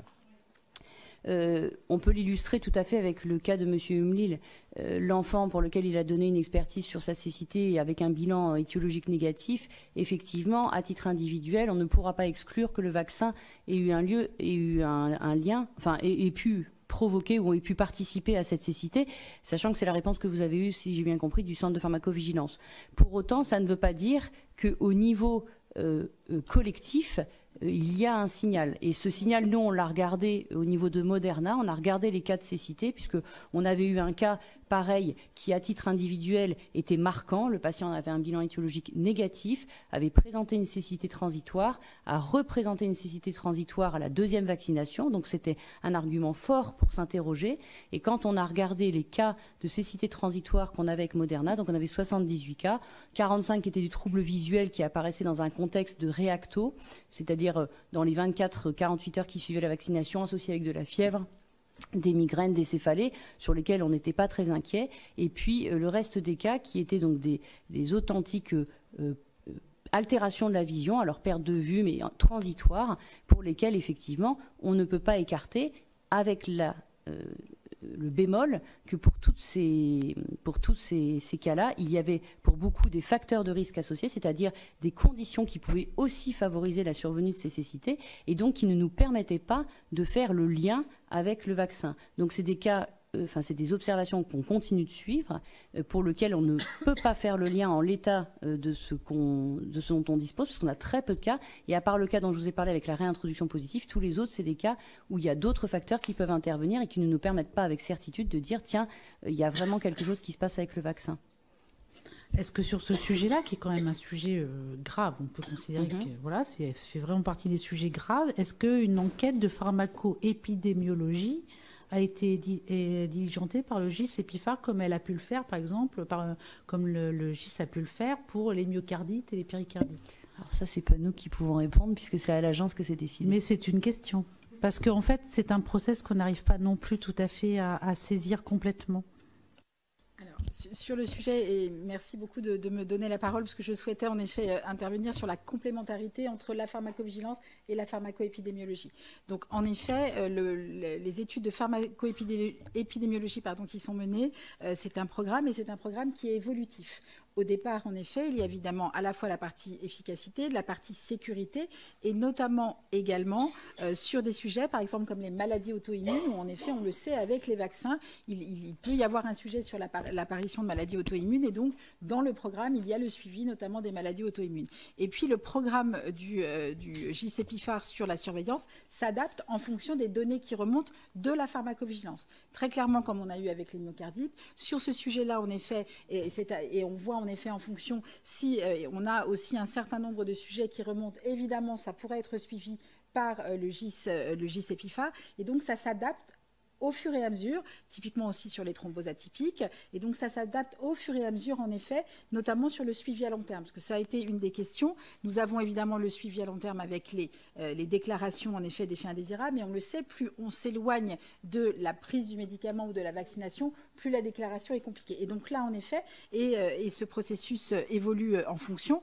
Donc il y a un certain nombre de sujets qui sont en cours d'examen par Epifar, et qui va pouvoir intégrer au fur et à mesure des données. Donc sur ce point-là, on vous fera parvenir donc après l'audition la liste en effet des études précises qui sont en cours et comment cela peut être adapté. Mais on voit bien en effet cette articulation qui est indispensable, myocardite avec une détection très tôt à nouveau par la pharmacovigilance française, et ensuite assez rapidement également ce qui a été mis en place au niveau de la pharmacoépidémio et confirmé ensuite à distance, parce que l'intérêt en effet avec la pharmacoépidémie, c'est que nous sommes sur des grands nombres, nous sommes sur l'intégralité des personnes vaccinées, et puis avec le recul en fait. Et donc on avance en fonction du recul, notamment sur l'exposition à la vaccination. Donc oui, il y a un programme au long cours de suivi des effets indésirables et de suivi de manière générale en pharmacoépidémie. On vous transmettra les points spécifiques sur les études qui sont designées à ce stade. Voilà, parce que le sujet, c'est qu'il y a des quelques sujets ponctuels suffisamment graves pour mériter une étude spécifique. C'est vraiment ça le sujet. C'est-à-dire qu'il y a le suivi global et puis il y a nécessité, je veux dire, c'est un événement suffisamment rare et grave pour nécessiter un suivi pharmaco-épidémiologique. Et la capacité de le retrouver évidemment dans le système national des données de santé. Et c'est ça qui est un point évidemment important. Typiquement sur d'autres sujets, il n'y a pas la capacité d'aller voir dans les bases du SNDS, puisqu'on voit beaucoup de choses, mais pas tout. Et donc ça, c'est un point important. Et notamment sur des cas, en effet, spécifiques, j'entends évidemment la cécité, mais sur d'autres choses aussi, il y a la possibilité de mobiliser. Et donc, il y a ce programme qui est adapté et qui est évolutif constamment en fonction des remontées qu'il y a au niveau national, mais pas que, puisque nous avons contribué au niveau national à alimenter évidemment beaucoup de données au niveau européen ou mondial, mais il peut y avoir aussi d'autres choses et qui est intéressant de suivre. Donc c'est vraiment cette articulation qui est importante. Et cette collaboration si intégrée et si intriquée a pu vraiment être mise en place avec Covid. Merci Madame la Directrice Générale. Alors, il y a une demande de Gérard Le Seul, le rapporteur, une demande de Monsieur Mlil, une demande de Madame Saulnier. Allons-y. Et puis je vous sélectionnerai parmi il y a des centaines de questions littéralement qui sont posées sur la bande, plus de 600.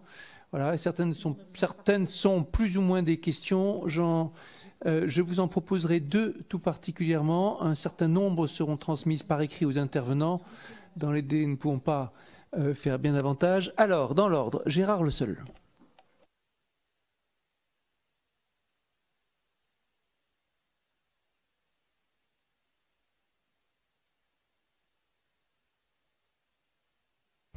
Gérard, est-ce que tu nous entends? Ça fait esprit, tu l'as, mais c'est l'époque moderne.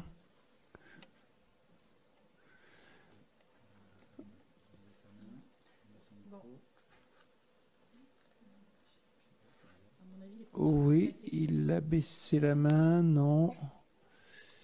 Alors, en attendant de clarifier la situation de notre collègue, la parole au docteur Oumlil.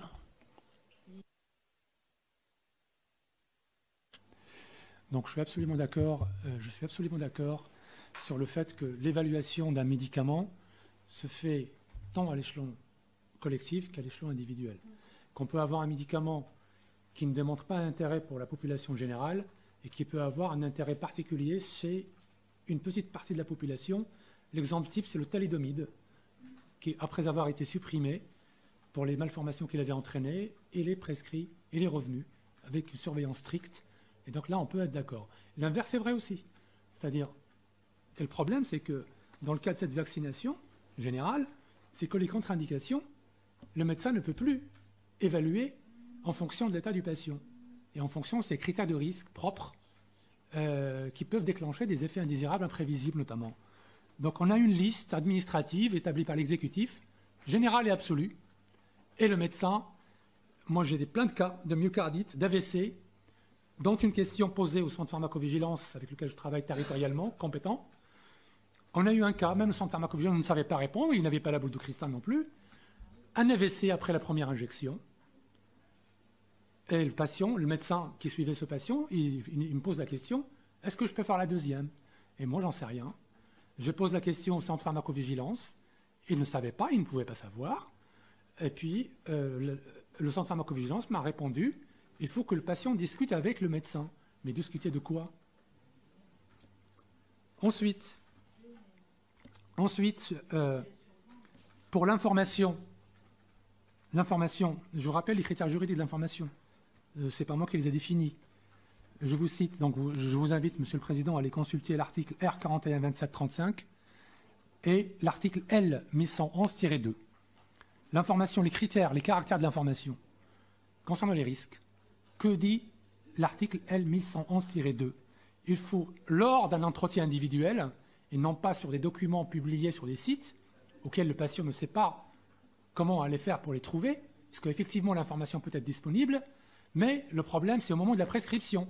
Et on revient sur les modalités de prescription et de dispensation pharmaceutique. Donc, l'information sur les risques, voilà ce que dit la loi. Il faut, avant toute prescription d'un médicament, ou d'un soin, quel qu'il soit d'ailleurs, avant une opération chirurgicale, n'importe quel soin à visée curative, diagnostique ou préventive, il faut communiquer les risques fréquents ou graves normalement prévisibles. La prévisibilité pose question parce que on est avec un vaccin qui a été mis sur le marché, dit la Haute Autorité de Santé, avec seulement un mois et demi de recul, alors qu'une directive de 2001 européenne stipule que pour pouvoir parler d'un usage médical bien établi d'un composant d'un médicament, il faut un minimum de 10 ans. Il y a une directive. Ensuite, je n'ai pas fini. Et le juge, la jurisprudence administrative et judiciaire rajoute il faut communiquer aux patients les risques fréquents ou graves, même exceptionnels. C'est-à-dire, si vous avez un cas de paralysie faciale, un cas de myocardite, il faudrait le communiquer avant de pouvoir vacciner la personne. Et surtout, cette information est pérenne, dit la loi. Pérenne, ça veut dire quoi? C'est une durée limitée.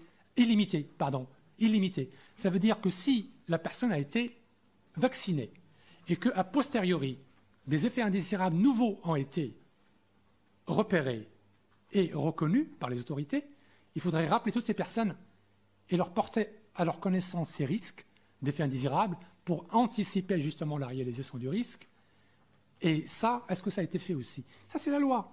Et c'est lors d'un entretien individuel et non pas sur BFM ou sur CNews. Alors, sur l'imputabilité, une dernière chose, s'il vous plaît. Dernière. Sur l'imputabilité, il y a un membre du comité scientifique pharmacovigilance de l'ANSM qui a démissionné parce qu'il n'est pas d'accord. Parce que ce qui a été sur la méthode d'imputabilité qui laisse des cas de côté, qui rejoint l'avis de l'IGAS. Et il a démissionné parce que ce qui a été défini dans le rapport numéro 2 du 28 janvier 2021, auquel je n'ai pas eu la réponse d'ailleurs, sur les cas de décès restés inconnus. Et c'est Dr Emily, il s'agit de répondre aux commentaires des sur experts. L'imputabilité, je ne suis pas d'accord. Je ne suis pas le seul. Et d'ailleurs, la CJUE, la Cour de justice de l'Union européenne, en 2017, elle est venue confirmer ce que le juge administratif et judiciaire de la Cour de cassation avait retenu depuis 2007-2008. C'est-à-dire que, par exemple, le juge administratif, il se contente de la temporalité, de critères temporels, qui considère un bref délai, c'est de quelques mois. Et la CJUE a défini des critères qui permettent, si vous avez des indices graves, précis et concordants, c'est-à-dire qui rejoignent un peu ce qui est utilisé par la pharmacovigilance, proximité temporelle. Dr Emily, vraiment. Je termine. Proximité temporelle, absence d'antécédents personnels et familiaux, des cas publiés et répertoriés, normalement, vous pouvez avoir une présomption de causalité. Voilà. Merci. Docteur Saulnier, vous vouliez intervenir de façon ultra concise. Je n'ai pas dit ultra concise, mais je vais essayer de l'être. Je voulais répondre à madame, notamment sur je vous rejoins complètement pour la grippe, et c'est vrai que l'idée, c'était surtout de trouver un comparatif. Là, on a regardé un certain nombre de vaccins pour lesquels on pouvait avoir une comparaison. C'est très difficile d'avoir cette information-là, et on a pris le vaccin pour lequel on avait les effets indésirables les plus élevés. Voilà, à disposition. Après, si vous en avez un autre à me proposer avec des données, je serais ravie de pouvoir faire le... En fait, c'est juste pour avoir par rapport au nombre de doses administrées, au nombre de personnes. On a compris votre vaccinées. démarche, on critique, mais c'est... C'est des données publiées, hein, c'est pas moi qui parle. Je ne remets pas en cause les données publiées. Je remets en cause le rationnel à faire ça. Et moi, je ne vous ai pas coupé tout à l'heure. Parce que ça serait beaucoup plus simple d'avoir une discussion. Non, mais je vous l'accorde, je vous en prie. Mais ça serait beaucoup plus simple d'échanger que finalement pas se parler les uns après les autres, parce que c'est très difficile après de rabouter. Vous pouvez tout à fait prendre quelques instants après l'audition pour compléter cet échange. Donc c'est vrai, voilà, je concède la comparaison à la grippe, mais en fait je vais revenir tout simplement aux données qu'on a survolées, j'avoue, sur le V-Safe, qui sont vraiment intéressantes parce que là on a une information qui est sur les 7 premiers jours, qui est après suivie dans le plus long terme, et on a vraiment quelque chose qui est juste post-vaccinal avec des systèmes d'interrogatoire, d'alerte SMS, etc. Enfin, ça passe par une application, et du coup il y a énormément d'informations qui sont récoltées, notamment sur des événements qui entraînent des hospitalisations, des consultations, des passages aux urgences, etc. Donc on a quelque chose que je voulais mettre en évidence et qui pourrait apporter beaucoup d'informations. Je pense que c'est vraiment important de mieux documenter le risque pour éviter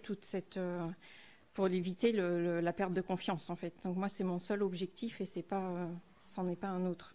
Donc après, ma question, ça serait quelle a été la recommandation pour les vaccins mRNA chez les jeunes hommes en France?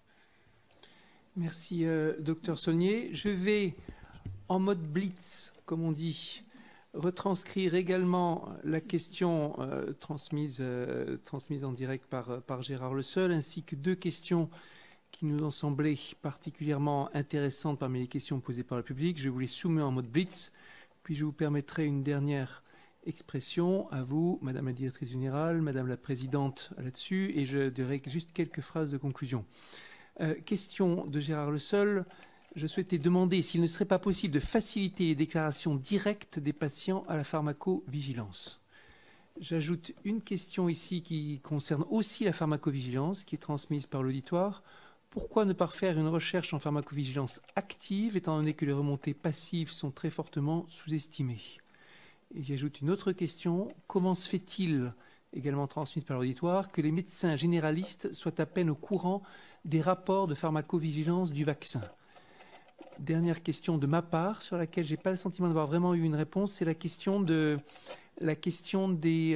rapports bénéfices-risques ciblés. Dans quelle mesure on peut imaginer un rapport bénéfice-risque pour telle catégorie d'âge, tel type de santé, tel autre? Évidemment, on ne va pas rentrer dans un détail microscopique parce que plus l'échantillon est petit, moins on perd le bénéfice, on perd l'intérêt de la statistique, mais c'est revenu plusieurs fois dans l'audition, cette question des bénéfices pour catégorie. Les uns et les autres, je vous laisse la dernière expression. Je pense que Madame la Directrice Générale, c'est vous qui avez une obligation juste après, donc on va vous donner la parole en premier. Juste quelques éléments sur la déclaration pharmacovigilance patient. Elle est possible déjà depuis de nombreuses années, depuis quasiment 2011, 10 ans, c'est ce que même un petit peu plus que 10 ans, et d'autant plus facilité avec la mise en place du portail unique de déclaration des signalements qui a été en 2017. Et on le voit bien aujourd'hui dans les déclarations que nous avons, mais le docteur Jean-Gilles Berra évidemment complétera, où on a en effet des déclarations à la fois des professionnels de santé, mais aussi des usagers. Donc on voit bien la connaissance et nous avons aussi communiqué au travers de la mise en place notamment d'affiches dans les centres de vaccination pour informer et inciter en effet à la déclaration des effets indésirables. Donc c'est en effet connu. Mais je laisse le docteur Jean-Gilles Berra compléter bien évidemment. Oui, effectivement, depuis la loi de 2011, les patients ont la possibilité de déclarer via le portail, mais on en a eu beaucoup par téléphone aussi. Donc même les gens, parce que la question s'est posée de l'accès à Internet et du problème de la déclaration en ligne, les patients avaient rapidement nos coordonnées ou passaient par leur pharmacien. Et on prend également les déclarations. Ce n'est pas une déclaration formellement papier, par téléphone. On prenait une déclaration des patients, ce qui nous permettait aussi de leur répondre tout de suite, voire de les orienter vers leur médecin. Donc il y a un service territorial qui est aussi très important en pharmacovigilance. Les déclarations patients, c'est en gros 75% des déclarations qu'on a reçues, donc il y a déjà une partie importante. Pour le suivi actif, je pense que faudrait, pour dire on améliore en mettant en place quelque chose de proactif, ça voudrait dire qu'on n'a pas été bon. Quand on voit qu'on a remonté déjà plus de 100 signaux, on a déjà fait la preuve de l'efficacité. Après, les systèmes proactifs, financièrement, et là c'est le nerf de la guerre, c'est-à-dire que ça coûte très cher de suivre des cohortes de patients. Parce qu'on a beau vous montrer que c'est fréquent, les effets indésirables graves, c'est quand même d'une grande rareté. Et s'il faut suivre plusieurs centaines de milliers de patients pour avoir la chance de détecter, on a détecté des signaux potentiels comme les maladies de Villeprand acquises, qu'il était impossible de détecter dans un suivi proactif. C'est ça justement l'objectif de la pharmacovigilance et la puissance de notre système, c'est que même une pathologie très rare, sur 2 cas après 5 ou 20 millions de patients vaccinés, on peut remonter un signal. Et on ne peut pas monter une cohorte pour suivre 20 millions de personnes vaccinées. Ou alors, il faut investir de façon énorme.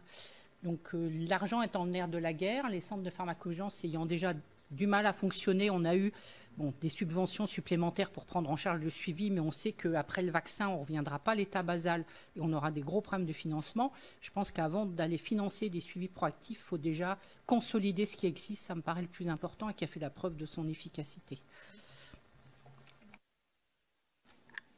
Monsieur le Président, pour compléter votre question sur les rapports bénéfices-risques ciblés sous le contrôle de l'ANSM, c'est ce qu'on fait quand on commence la campagne par certaines cibles de population. En fait, on considère que ces populations ont un bénéfice supérieur aux autres. Et donc, typiquement, quand on commence la campagne de vaccination par les personnes en EHPAD ou en USLD, c'est bien parce que ce sont les plus fragiles vis-à-vis de la maladie. Ensuite, quand on a étendu assez rapidement aux personnes âgées de plus de 75 ans, c'est parce qu'on considère effectivement qu'elles ont un bénéfice à la vaccination qui est supérieur à des populations plus jeunes. Et donc, on commence à vacciner ces populations dans un contexte, à l'époque, de rareté des vaccins. Donc, on considère bien que tout le monde n'a pas le même bénéfice-risque vis-à-vis de la vaccination, avec un bénéfice qui varie en fonction de son âge et donc en fonction de son exposition à des risques liés à la maladie. Mais vous avez des estimations quantitatives pour différentes catégories de ces bénéfices-risques? C'est le travail qui est fait par les autorités scientifiques. Et donc nous, on exploite ce travail-là, en particulier la Haute Autorité de Santé qui avait rendu un avis fin du mois de novembre 2020 qui précisait justement quelle population il fallait vacciner prioritairement. Avis qui a été suivi également par les différents avis du Conseil d'orientation de la stratégie vaccinale qui nous ont permis effectivement de commencer la vaccination en priorisant ces populations fragiles. Je vais vous proposer, je sais que vous avez encore, Monsieur Oumlil, Madame Saulnier, encore des remarques, mais je vais vous proposer de continuer hors audition quand vous aurez des discussions. Je crois que nous avons ici des personnes on a déjà fait trois allers-retours, hein, vous savez, dans le contradictoire. C'est plus qu'on en fait d'habitude. Je vais vous proposer de continuer hors audition dans le champ. Mon travail ici, Monsieur Célie a une dernière chose à ajouter. Non, j'avais juste un élément parce qu'il a été dit qu'on avait eu une communication qui était fondée sur la peur et donc je voulais rétablir les faits par rapport à ça. Ça n'a jamais été la stratégie du ministère d'utiliser la peur pour la campagne de vaccination. Au contraire, et tous les spots de vaccination qui ont été mobilisés dans le cadre de la campagne avaient justement comme thématique plutôt la libération, le vaccin comme outil de libération par rapport aux contraintes du Covid. Et l'humour a aussi été mobilisé. Et d'ailleurs, le docteur Oumlil l'a mentionné, on a utilisé l'humour à certains moments dans la campagne de vaccination. Donc ce n'est pas vraiment synonyme de peur.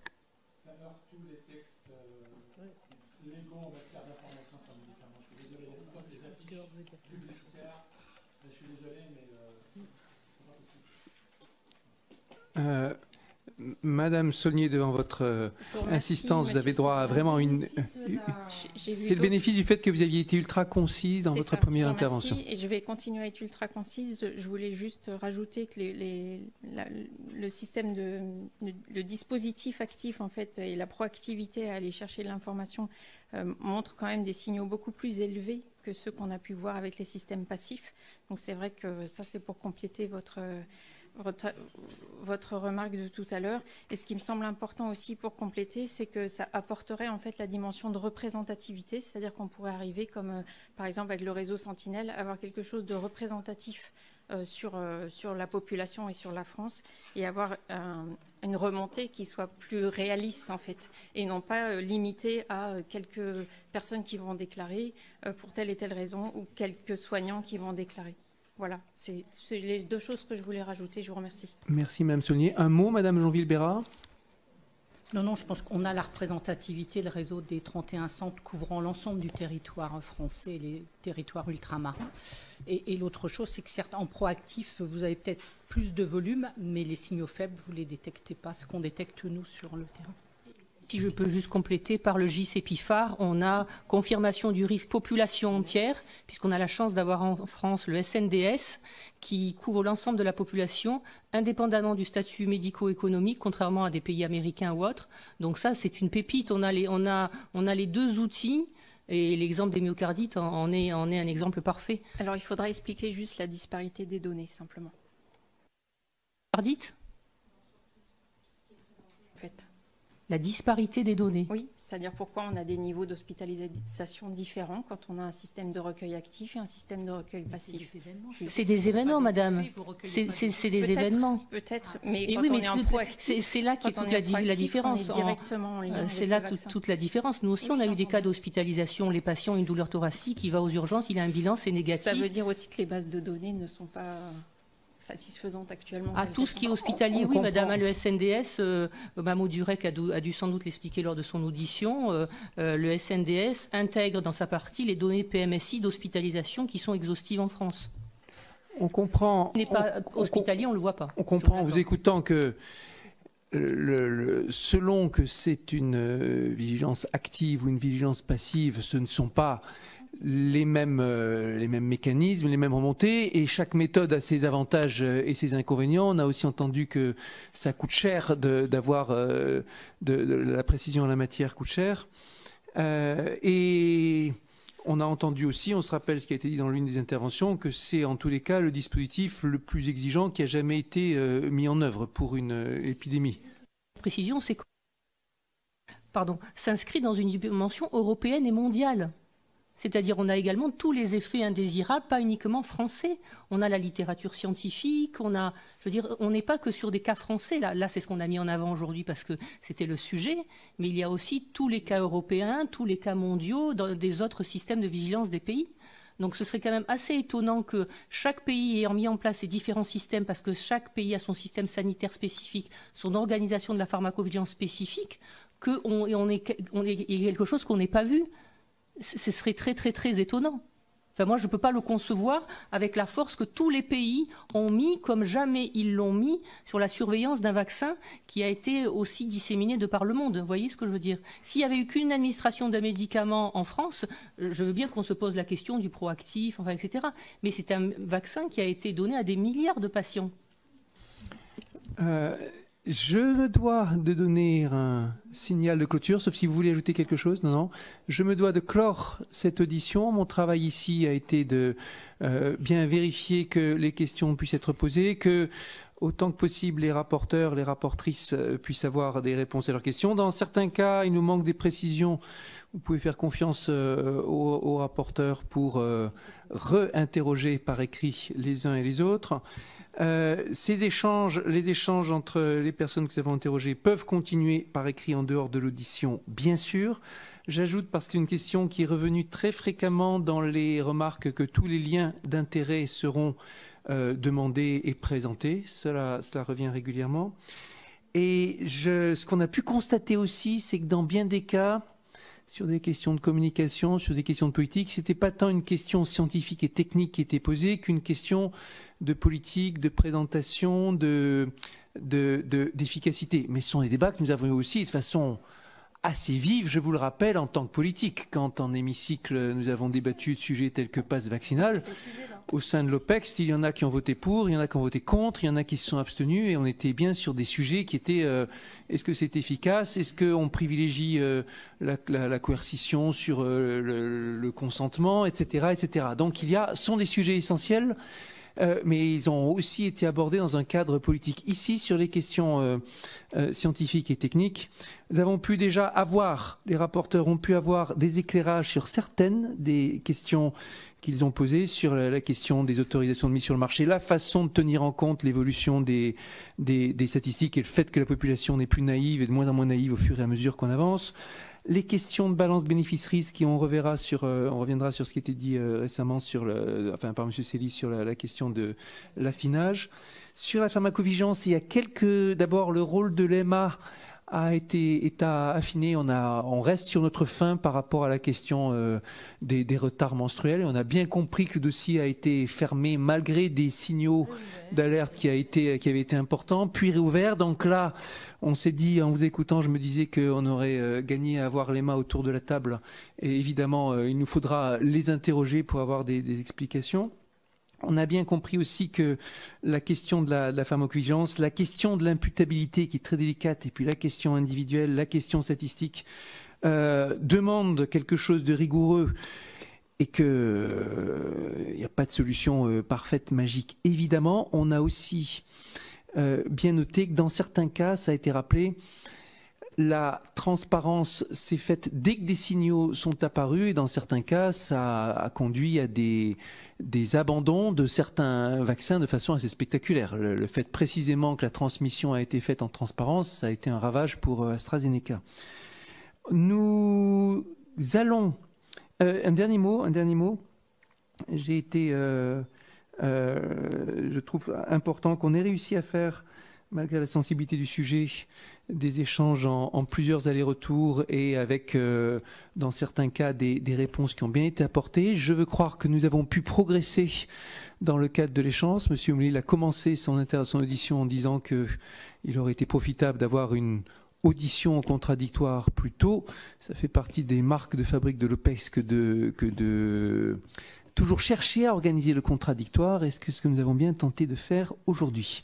La balle va être dans le camp maintenant des rapporteurs pour rendre leur rapport d'étape, peut-être en juin, quelque chose comme ça, idéalement, avant un rapport final qui, lui, interviendra à l'issue des élections. Et comme je vous le disais, c'est la seule façon de tenir compte du calendrier électoral qui vient en plein milieu du processus de la mission parlementaire. Chers invités, chers collègues, chers amis, je vous remercie pour votre présence dans cette audition et pour ces échanges riches. Merci à tous, vraiment.